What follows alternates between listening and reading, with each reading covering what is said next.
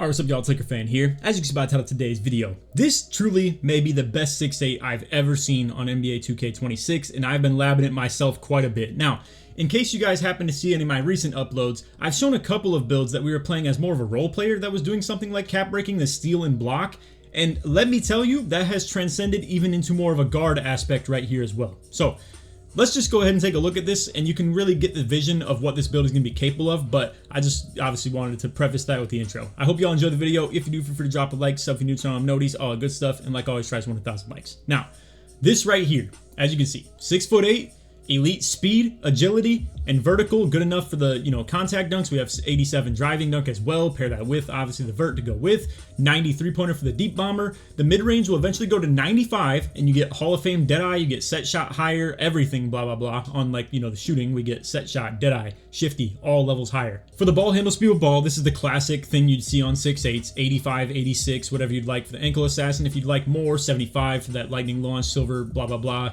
This is a lot of stuff you typically see. Now, what makes this build completely different, though, is the fact that we will be cap breaking this steal and block into the most ridiculous fashion that you could possibly see, and then the rebound being 80 as well, to get the rebound chaser on silver, the box out beast on silver, the build being 6'8 in general while also having better interior D and the block and steal like we were mentioning. It'll have elite perim D as well. This truly is able to do everything in the game. Now, it's lacking strength, which in my opinion, and truly what I've seen factually, it pains me to say because I really do miss the fact that something like this used to be affiliated with boxing out. It used to be tied to box out beast. It's no longer tied to box out beast, and I've seen this in action, whether it's swag on Joe's Pro-Am team, whether it's me and my boys playing with builds that have no strength. It unfortunately truly does not matter on box outs at all, and even still, the only thing you're losing is a movable enforcer, for instance, and the bumpy ability on ball does not feel any different either. It truly just is the badge being lost. So that's the only thing that's being lost out on the strength not being had is the immovable enforcer. But the rebound ability is there with the boxing out and stuff as well. The perimdy and the on-ball bumpiness, as well as just the ability to play steals on ball with the bumps, passing lanes, the blocks. Let me just go ahead and show you guys now real quick what this is actually looking like after the cap breakers. So, as you can see, same build. If you want to, do all the forensic science on this and make sure it's the exact same attributes, and I'm not BSing you guys or anything. But cap breakers, as you can see, the block is going to go all the way up to 82, and the steal is going to go all the way up to 85 as well with 5 cap breakers. Now, you might see something like this, and you might be turned off already because you don't have that many cap breakers to spend, let alone your specializations are in your shooting. Let me go ahead and help you guys out a little bit if you happen to be someone that's looking to budget this a little bit more on the early end, and this could be something you scale into when you have a more suitable amount of cap breakers like what I'm kind of intending for the build. But we can make this salvaged and actually be decent. So what I'd probably do, for instance, if you were someone that had less cap breakers, is to only +2 the steal, and you'd have that silver interceptor while being at 75, a good spot to sit at, and then you could eventually, when you get 3 more, be able to put that to 85. The block, for instance, as well. 4 is going to get us to 77. It's very unfortunately going to miss out on the high-flying denier silver. I tried to do what I could to make this block rating actually work out in that type of way where 4 could get to 78 and you wouldn't need this final one at all, but it's just something that seems to be necessary. However, that still would get you bronze paint patroller, which is a really good threshold to even still be at, and I think 77 is still plenty good. We've seen this in action on my team with 74 block, and it can still play good interior defense, obviously. Still be switchable onto bigs in a decent fashion, paired with good interior D and the rebounding ability. It's still there. So, long story short, I would go 4 block, 2 steal, that's 6 right there. Then if you happen to be someone that specializes in shooting, you could still use your +2s right there, and then 1 more to get your mid-range to 93. And if we come back out to the builder real quick, just so I can show you what these types of shooting ratings are going to do for you, 91 is going to be shifty on gold, 92 is going to be Deadeye as well, and then 93 is going to be set shot, as you can see, going up all levels. So the only thing the 95 mid-range is even for, if we can keep on going down just to allow you to see this, is just to get Deadeye a level higher. So to get 93 mid-range is the cheap kind of thing you could do early on, because I think that is a really good spot to be. So like I said, we were at 90 mid-range to start with, and the beauty in that is that our close shot could go down quite a bit more. If we had a natural 95 mid-range, it was going to force our close shot up to 80. These types of things matter a lot when it comes to the expensive nature of the builds in general. So anyway, point is, like we were just saying, and I can just do this one more time for you, the point is that we're going to get the shifty to gold, the Deadeye to gold, and then the set shot to Hoff off 3 cap breakers on the shooting. If you happen to have specialization on that, that's a total of 1. Point being, we can do a couple of points into the steal, get to 75, a couple of points into the block, get that to a respectable level, and then do a couple into the mid-range, and now you're really not missing out on anything other than the fine details at the very end of the build. So anyway, let me work with you guys a little bit on how these cap breakers would eventually work out long-term, but also how to maybe split them up in an easier way to break this down for you and how many that actually is numerically with a different screenshot that we have as well. But for the long-term play, this is, as you can see, a total of 17 cap breakers. It's going to be 1 speed, 1 block, and then the 4 that came before that, still the 1 perim as well to get that perimeter defense to 92 for the challenger. This is still 91 is going to be on-ball menace as well. So keep that in mind when we go over to this next screenshot as well. But for the short term, what I'm essentially breaking this down into is you're going to have +3 mid-range, +2 steal, +4 block. That's a total of 9 cap breakers. And then you could, if you have your specialization, obviously, like I said, subtract that by like 2 or 1, whatever, however many you have or anything like that. That is kind of the beauty too, is you could actually put natural cap breakers on that mid-range if you only have 1 to put on for the specialization. And then when you eventually get the final specialization one, you can put that on like 94 midi, get another one up, boom, 95. Anyway, my point is though, however you have your specialization set up, this is a pretty cost-efficient set of cap breakers. I don't think this is a ridiculous thing to talk about, is like a total of 9 or anything like that. But then for the long-term play, we have things like 2 more mid, 3 more steal, 1 more block, even 1 more speed, and then also the 1 more perimeter, because I think that is still going to be an important thing to talk about. So that would probably be the one I would do after these 3 right here, is getting that 1 more perim for the challenger to go to gold as well. I still think 91 perim D is a good spot to be at though, if you had to sit there just to be able to have the on-ball menace higher, and if you had to miss out on challenger just for a little bit. But again, to come back to this and just kind of remind you of what this looks like, this is like truly a do-it-all build.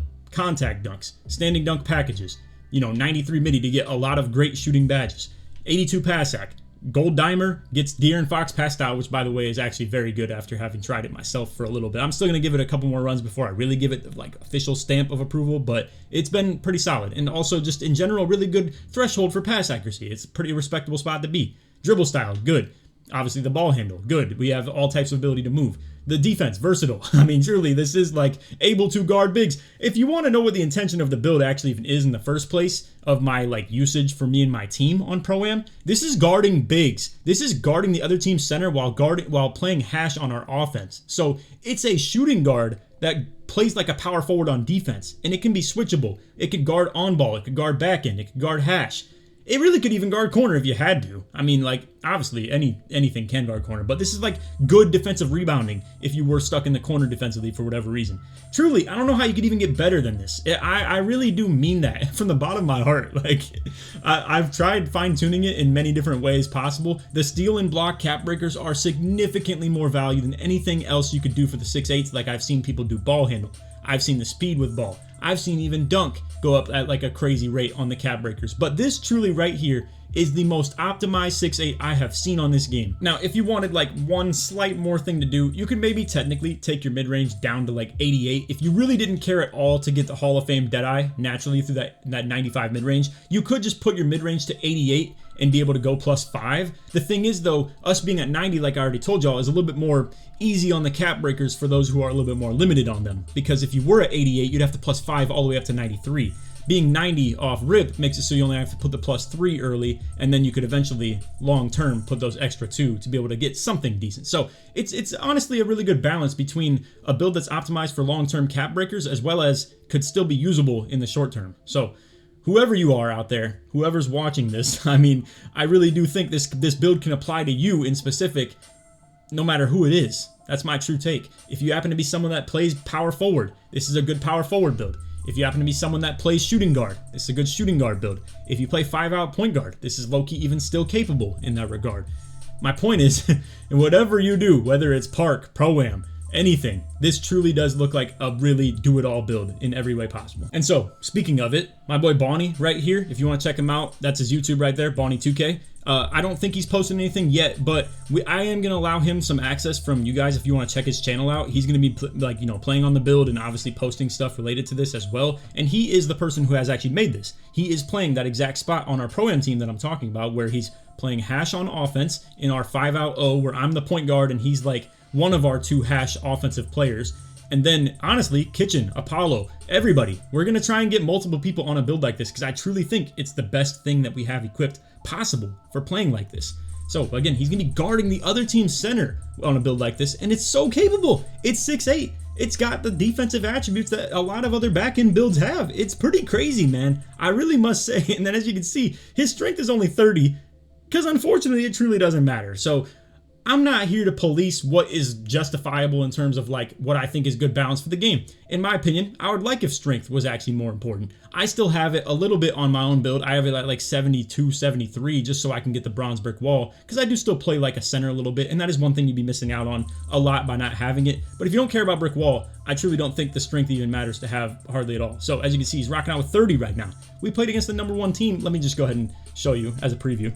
Okay, so we load up. Mind you, once again, Bonnie's on this like 92, 93 overall version of his build. First runs of the day in the Proving Grounds. Guess who we run into? The top ranked players in this whole mode. Baby Chamberlain right here. 4th ranked. He's got like a super crazy pure inside center build. And then like we obviously are playing against the #3 and #2 other player also in the world.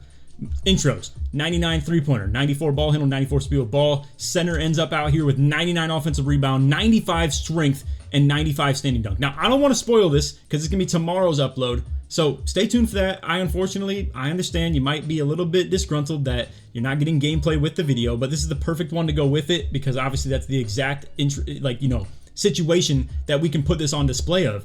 Bonnie's going to be guarding with his build. Remind you, it is this right here, the 6'8", brand new 205. He's like a shooting guard with it. It's all the attributes. It's the exact build you saw in today's video. He's going to be guarding the other team's center with this build and playing pick and roll defense with me. And truly, fellas, I mean it. Like, this is a build I'm 100% justifying and like actually co-signing on. As you can see, we have Apollo on something like this as well. It's actually the exact same build. Now, I will say, if you happen to do this with your 5-out Pro-Am team, make sure you separate the icons a little bit and have people load up at small forward and shooting guard so that your hashes don't intertwine and like change, the icons they are every single game. Apollo and Bonnie aren't going to play together a ton. They have different schedules. It's going to be Kitchen that's more so playing, so he's the small forward. Bonnie and Apollo are both having shooting guards right here. But if you happen to want to actually do this and your squad makes multiple versions of the build, you could drop that pass sack a little bit or up it a little bit, and it should be the tiebreaker on your builds and where they line up position-wise. Not 100% positive on that, but it seems to be the tiebreaker in anything I've experienced when it comes to 6'8" shooting guards on this game, because obviously we unfortunately can't make 6'8" point guards, so you're stuck with only 2 positions. You can really make something like this. But yeah, that's all for the video. I hope y'all enjoyed. If you did, feel free to drop a like, sub if you're new, turn on noties, all that good stuff. Like always, try to one to 1,000 likes. If you made it to the end of the video and you want to show support that you did, put 6'8" in the comments, show support to me all the way through. But if you want to see some SIGs that are decent for these 6'8s, I dropped a video on that yesterday of how to dribble simple and effective. If you want to see it in action, like I said, stay tuned for tomorrow's vid. We'll actually have this posted of Bonnie playing that role I'm speaking of the back end shooting guard. So anyway, that's all for the video. Hope y'all enjoyed. None of that. Take it easy, man. Peace.